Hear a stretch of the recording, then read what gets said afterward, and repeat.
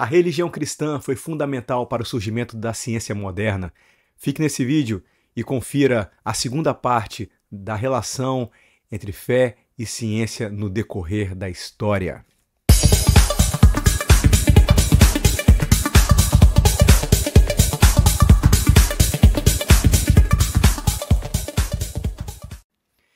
Olá, seja muito bem-vindo ao canal do Professor Tito, onde você encontra conteúdo sobre história e ciências humanas de modo geral.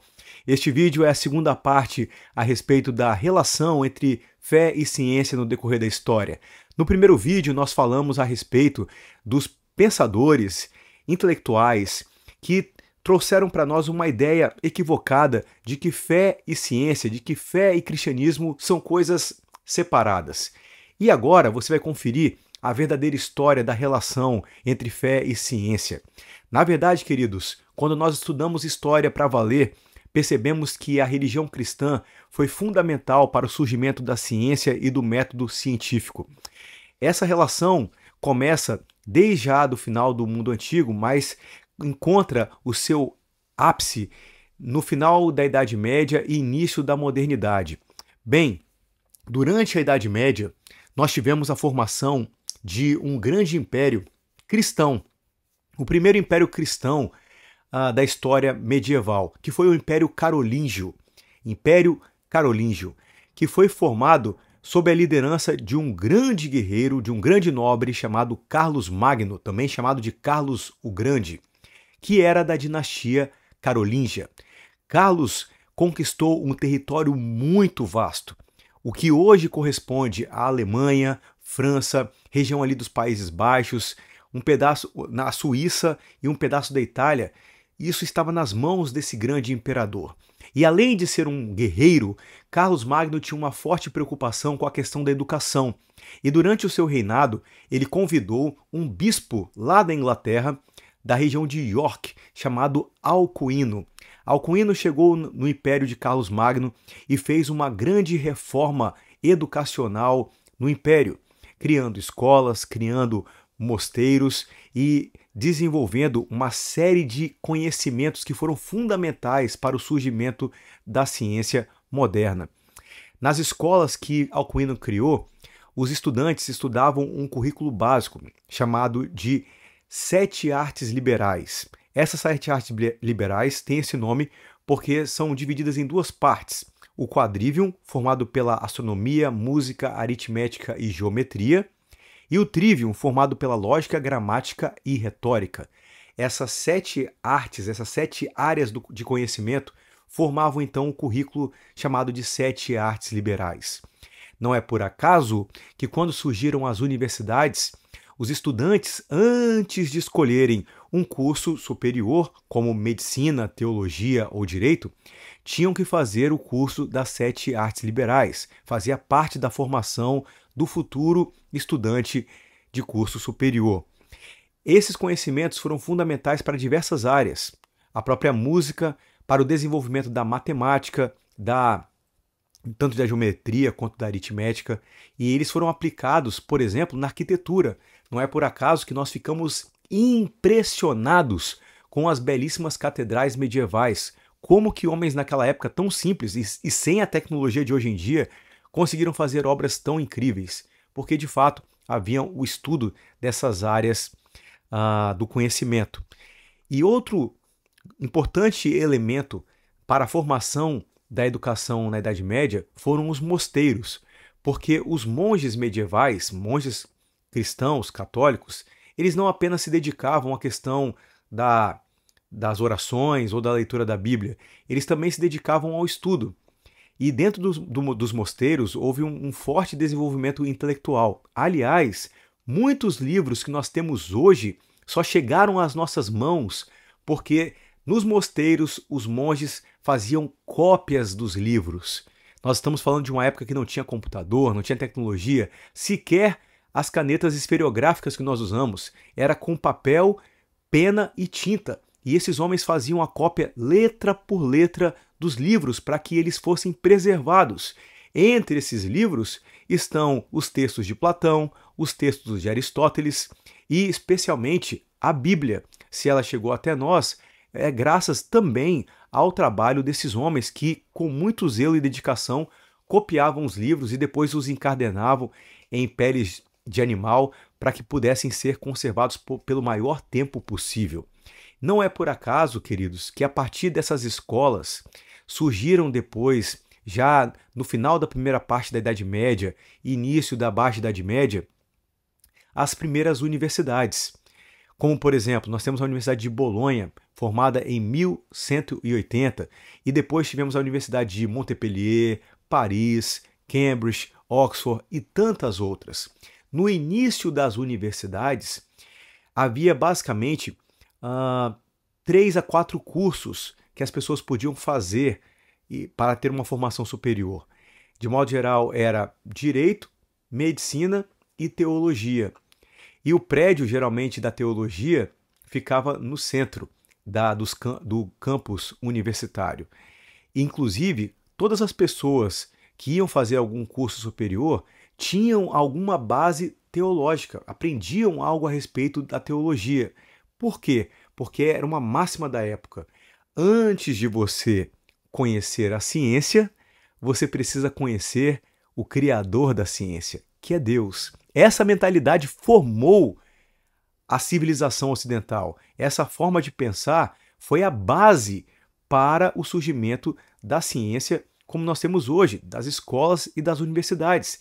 Tudo isso surgiu no período em que o cristianismo estava no centro da vida das pessoas. Então é um grande equívoco você achar que universidade, que escola, faculdade são elementos contrários ao cristianismo. Na verdade, foram formados pelo cristianismo, não existiriam sem o cristianismo. E como isso foi possível? Queridos, nós temos que ter uma consciência de que não é possível existir ciência sem antes uma cosmovisão. Como assim? Cosmovisão é como você enxerga a você mesmo e o mundo que você está. Bem, antes de existir a ciência na prática, era necessário que as pessoas entendessem que era possível fazer ciência. E eu explico.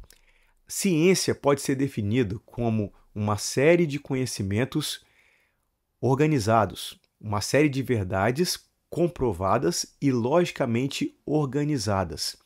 Pois bem, para que você seja capaz de fazer a ciência, de estudar a natureza, por exemplo, você tem que saber que isso é possível. Mas, Tito, isso não é óbvio? Não, queridos. Em algumas religiões do passado, as pessoas entendiam que não era possível estudar a natureza, porque elas entendiam que a natureza é Deus. Havia religiões que tinham uma perspectiva panteísta. A planta é Deus, o cavalo é Deus, a natureza é Deus, a grama é Deus, então eu não posso querer estudar Deus, é impossível. Já a visão cristã, a cosmovisão cristã, trouxe uma outra perspectiva. Que perspectiva é essa? Há um Criador, que é Deus, ele criou tudo que existe com lógica, com organização e deu ao ser humano a capacidade para compreender aquilo que ele fez. Esse é o pressuposto básico para a existência da ciência, a possibilidade de estudar a natureza. E esse pressuposto veio exatamente com o cristianismo.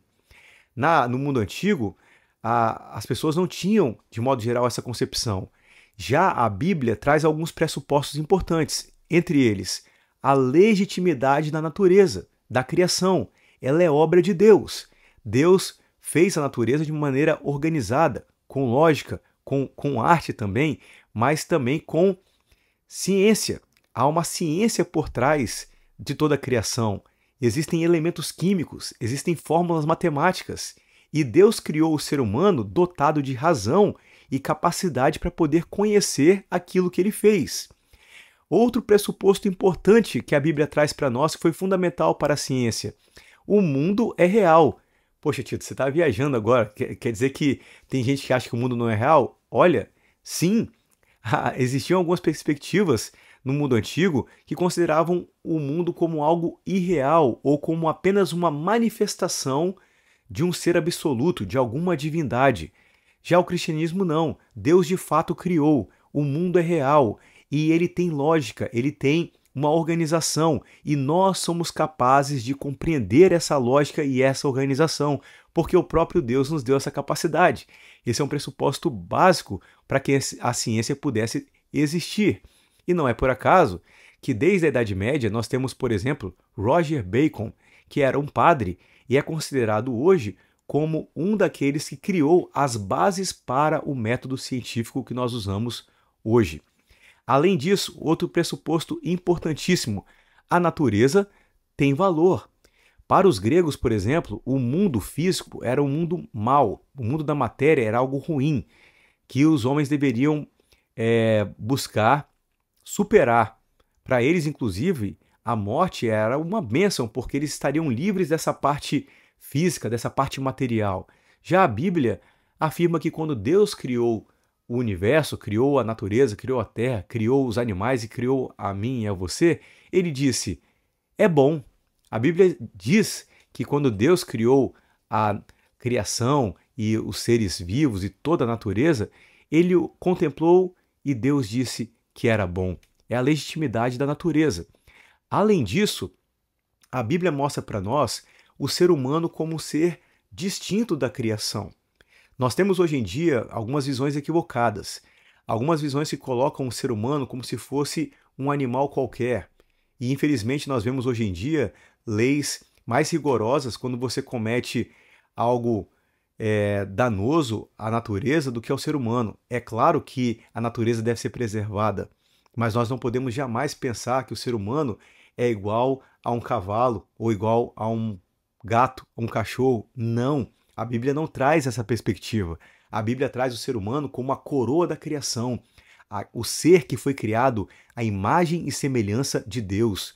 E isso teve implicações, queridos, para várias áreas do conhecimento, na história, na filosofia, no direito, na questão dos direitos humanos, essa ideia de que nós fomos criados à imagem e semelhança de Deus. E Deus dotou para nós algumas características que ele mesmo tem. E uma delas é a capacidade de dominar, a capacidade de conhecer. E esses foram alguns dos pressupostos fundamentais para a criação da ciência como nós entendemos hoje.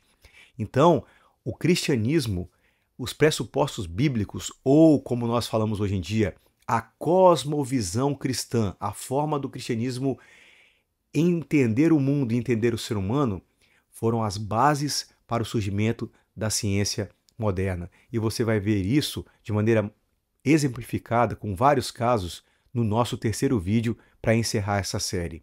Então, se você curtiu esse conteúdo, não se esqueça, curta. Se você não é inscrito ainda, se inscreva no nosso canal e não deixe de divulgar o nosso conteúdo para os seus familiares, entes queridos e amigos. Este aqui é o canal do Professor Tito, onde você encontra conteúdo sobre história e ciências humanas de modo geral. Até o próximo vídeo. Desde já, muito obrigado pelo seu apoio. Fique com Deus. Um grande abraço.